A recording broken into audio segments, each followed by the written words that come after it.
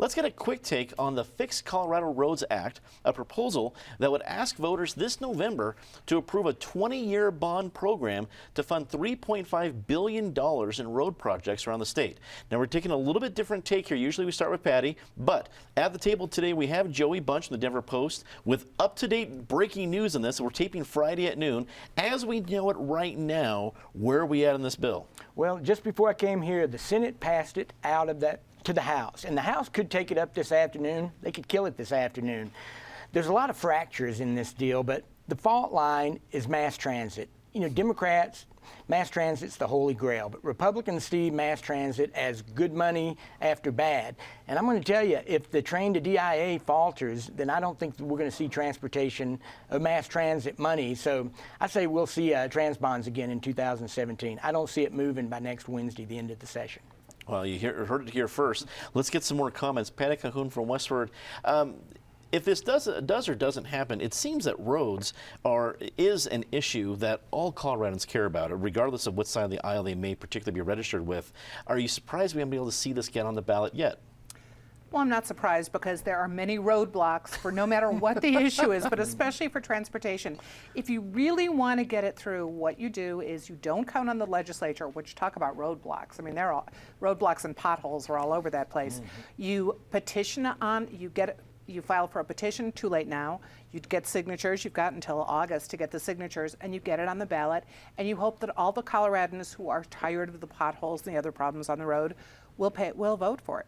But there's no time to do that now. David Copeland, the Independence Institute and DU Law School. 2016's ballot is going to be huge already, whether this actually makes the ballot or not. Do you think it'd actually be smarter to be on an off-season, off-year ballot where it would probably be the headliner?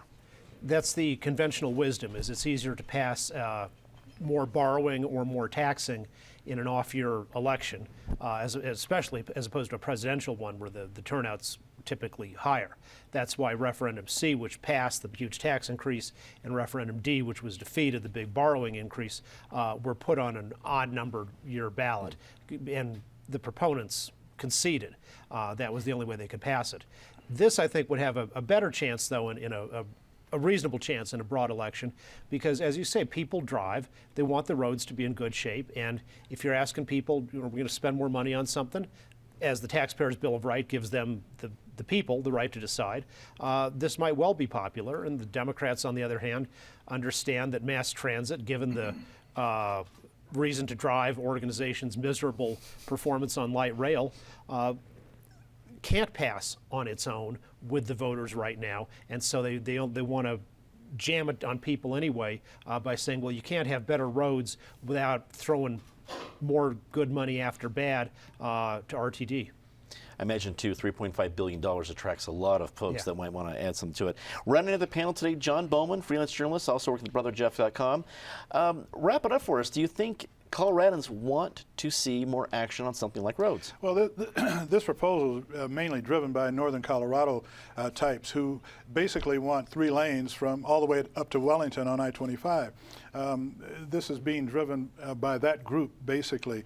They want to mimic the Fast Track Act that just came in on the federal side, and they want to do the same thing at the state level. I'm not sure that the entire state should pay for better roads in Northern Colorado. Maybe that's something that they should fund on their own, as they did with the improvements from Longmont North. But the bottom line is, you know, RTD, or I should say CDOT, is telling people that I-25 traffic is going to increase by 60% by 2040. So something has to be done with all the people coming to the state. The infrastructure here is just not right for the amount of traffic that there is here.